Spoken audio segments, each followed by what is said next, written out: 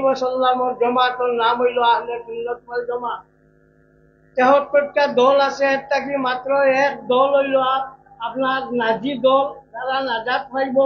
আল্লাহ নবীরে জিজ্ঞানি হইল এরা কোন দল, বলে বিসুন্নতি ওয়াল জামাতি, সুন্নত ওয়াল জামাত এগুলো যারা মানবা তারা হইবা আহলে সুন্নত ওয়াল জামাত। আল্লাহ নবীর মুখ তাকিয়া যে জমাতের কথা বার হয়েছে একমাত্র আহলে সুন্নত ওয়াল জামাতের কথা বার হয়েছে।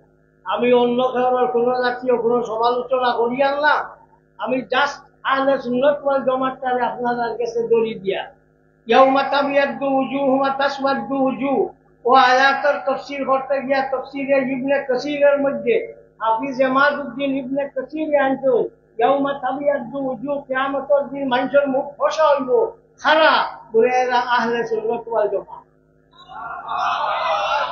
হ্যাঁ, সুতরাং